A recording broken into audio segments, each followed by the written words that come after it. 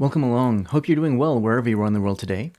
It's been a big year in big monsters, dating back to Ikoria, Lair of the Behemoths last May, to the Godzilla vs. Kong movie released just recently. MTG has a good history for monstrous creature types. Everything from apes and dinosaurs to dragons, worms, and krakens. What Ikoria gave us, though, was newer tech for one of the oldest types, specifically with the Beast tribe. So that brings me to one of my favorite commanders in EDH, the Beastmaster himself, Gahiji, Honored One. Gahiji is part of what I guess we can call the political cycle of generals. Legendary creatures that incentivize opponents to attack each other, and generally keep the game flowing in multiplayer. A lot of Gahiji decks look to capitalize on his empowering ability, which is whenever a creature attacks one of your opponents or a planeswalker an opponent controls, that creature gets +2 until end of turn. But I'm focusing on his bestial nature specifically, looking to build a beast tribe with a few other additions that play into that incentivizing component and create conditions for all-out war. Because of the wide range of casting costs and mana values, a 3-color beast deck can be tricky to construct a mana base around. So I have a few more non-basics than I would normally put in to a deck. You can see here some of the standard ones. I'm mostly focusing on land cards that can help clear the deck out, such as Crows and Verge, which enables me to dig out Canopy Vista and Cinder Glade. But I've also got land cards that assist the battlefield, because this deck is very creature heavy, and I do mean heavy. So a newer card from Ikoria in Bonder's Enclave, which enables you to draw a card if you control a creature with power 4. Aran Reef, the Vast Wood, which pumps up those green beasts, and Contested Cliffs, the beast card. So Gruul colors, target beast creature you control fights target creature and opponent controls. So pretty nifty land there. Turning attention to the creature base now, I want to give a general sense of what I'm going for and contextualize the support cards a little bit.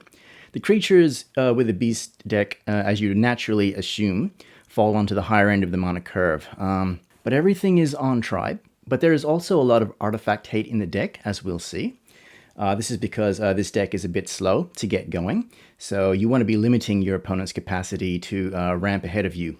Starting with the lower end of the curve, we've got Beastcaller Savant, the only mono dork in the deck, but he fits the theme on point. Felidar Cub, two of the classic beast cards, Wirewood Savage and Crozon War Chief. So Crozon reduces the beast spells, which I've mostly got him in here for, and the Savage enables you to draw a card whenever a beast enters the battlefield. So even if your opponents dare to play Beast Within on something, you get a card draw off that spell. Manglehorn, which begins the artifact hate. I've got Trusty Pack Beast, so I do only have 3 artifacts in here, but they do go to the graveyard. And as we'll see with the artifacts, they do contribute a lot to the mana fixing that is really critical in this deck. And as we can see here straight away, Woolly Thoctor. So it is a 5/4 only for 3 mana, but that's in the 9 colors. So a bit tricky to get down. But if you can get him successfully cast early, that's a pretty big deal. Another card from Ikoria. So Ikoria introduced the Mutate ability. So we see here with the first one, Migratory Great Horn. Whenever it mutates, search your library for a basic land card. And it goes on the battlefield tapped. So that's a pretty cool card. Another Mutate card, just to help leverage that a little bit further, is a Porcuparrot, a bird beast. So even though it's a bird, it doesn't have any flying, but that's okay. So that's just a little bit extra mutation there, and it can deal damage to a target. Oxida Scrap Melter, destroy target artifact. Root Greevel, a little bit of insurance against enchantment decks. Mold Shambler, another great beast who has a kicker cost, and he can destroy target non-creature permanent, so it can take out planeswalkers. Ravenous Baloth for some life gain. Spellbreaker Behemoth.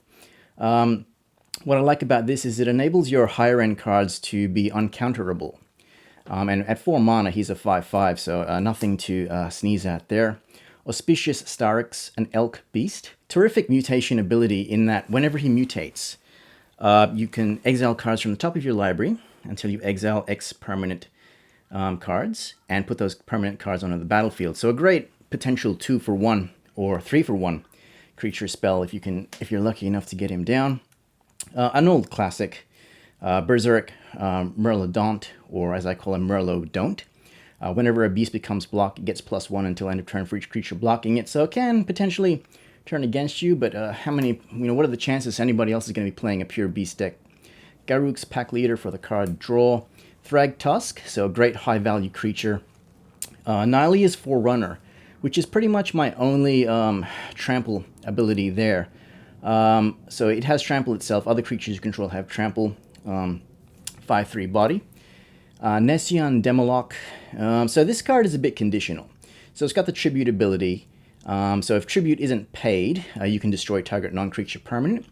So you can either get a 6/6 beast, or you can blow up a non-creature permanent that an opponent controls. Indrik Stomp Howler, so also a bit of permanent removal there. So this is the pure artifact hate card, Molder Slug. At the beginning of each player's upkeep, that player sacrifices an artifact. I really like this card because that puts a lot of pressure, particularly on decks that are very mana intensive or mana hungry. You can really put added, just that added ability to remove other things can really play havoc on your opponent's strategy if they're goldfishing a little bit, especially. Domri's Nodorog, so a 5/3 beast with trample, but the notable thing he does is he lets you dig out the Domri Planeswalker, which I've got in here just for effect. Sword Tusk Demolisher, so my final mutation creature.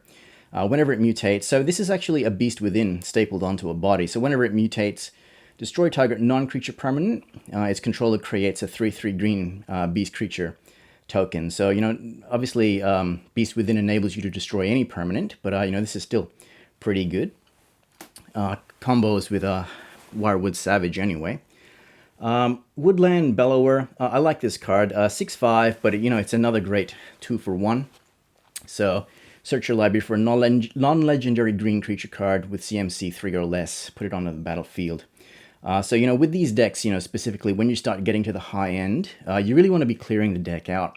And so I really like these high-value 2-for-1 sorts of cards that enable you to start capitalizing on your spells and enriching your side of the battlefield. Speaking of enriching, Thunderfoot Bailiff, just a pure out-and-out destroyer.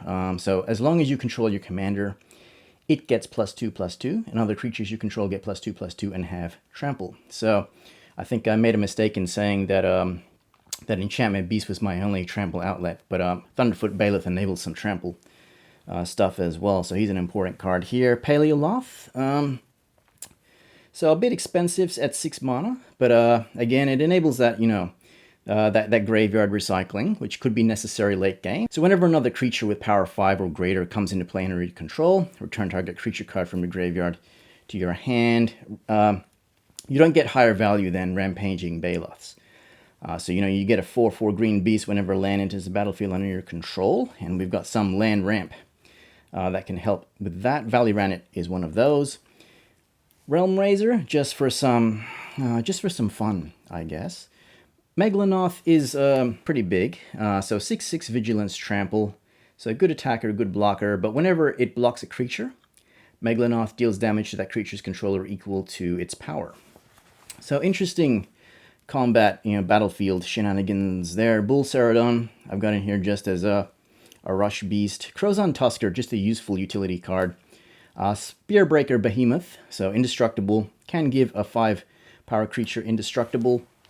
And last creature, at 7 mana, is Caller of the Pack. So this is critical for a multiplayer game because of the Myriad ability, and Caller itself is an 8/6 with Trample. So with Gahiji down and other things pumping it up, that can get really brutal for your opponents. So to enable this, as with any 3-color EDH deck, you need a lot of ramp. So we've got Sylvan Scrying, usually to fetch out contested cliffs, cultivate, explosive vegetation, migration path, as the primary land ramp. Cards starting to get into the instants and sorceries. This is just a really good card because of the beast theme.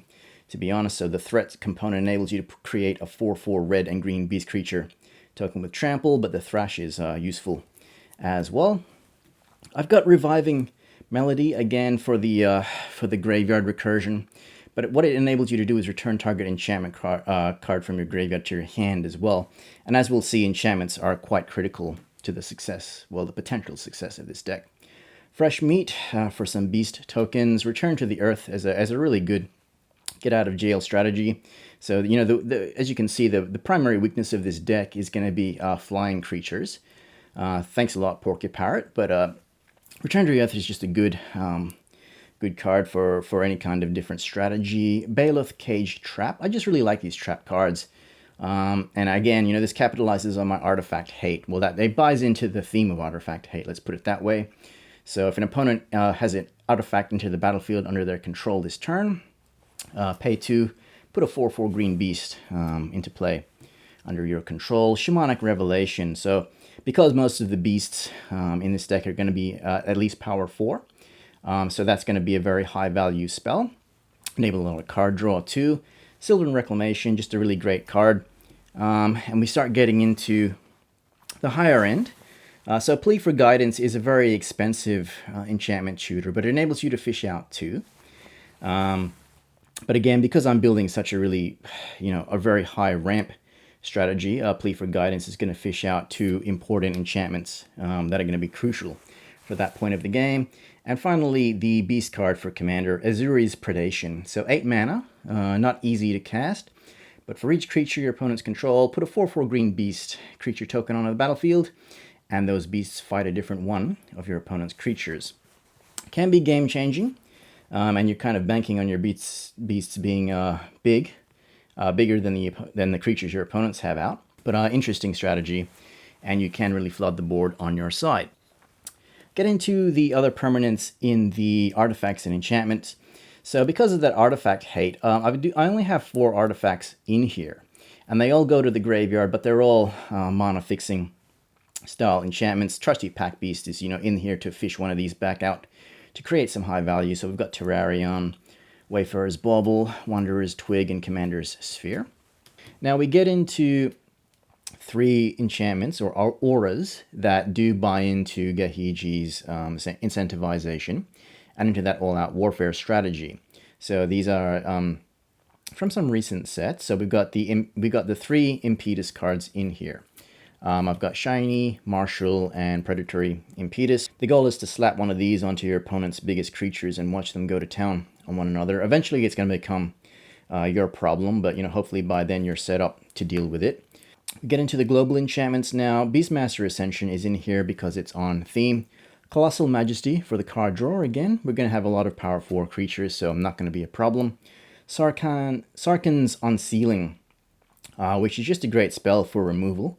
And again, 4, 5, or 6, that's going to be pretty much covered. We do have a couple of power 7 creatures in here that could potentially come down late game, but, you know, this is a good enchantment for helping you deal with problem creatures or to clear a path for some trample shenanigans. Mirari's Wake, both to boost creatures and handle that mana fixing and that high mana curve problem. Wild Pair, so again, another great 2-for-1 card. This really requires you to be mindful of what your power and toughness combinations are in the deck, but, you know, hopefully my mind is up for the challenge. And lastly, my favorite beast-related card, Primeval Bounty. So whenever you cast a creature spell, you get a 3/3 green beast. Whenever you cast a non-creature spell, slap 3 1/1 counters on target creature. Land comes down, you gain 3 life. Great utility card. And finally, the last 2 permanents we're talking about. Domri, Chaos Bringer, so 4 mana, Planeswalker. Mostly in here for his 3rd ability, which is, if you're lucky enough to get that emblem, at the beginning of each end step, create a 4/4 red and green beast creature token. But he is a bit of a mana contributor as well. And Domri City Smasher, who is in here to complete with that creature that fishes him out. Again, he's a haste engine, and that big ability can turn your creatures into a one-shot strategy. So that's my Gahiji Honored 1 Beast Wars deck. Might be a little bit tricky to cast. I don't know how it's going to perform in a multiplayer situation, but luckily I've got a multiplayer game lined up with a couple of friends, which should hopefully be uploaded to my channel soon. Thank you for your subscriptions and your viewership up to this point, particularly if you've made it this far into the video with me. I really appreciate you watching along. But the important thing is keep enjoying Magic, take care of yourselves, and until the next edition.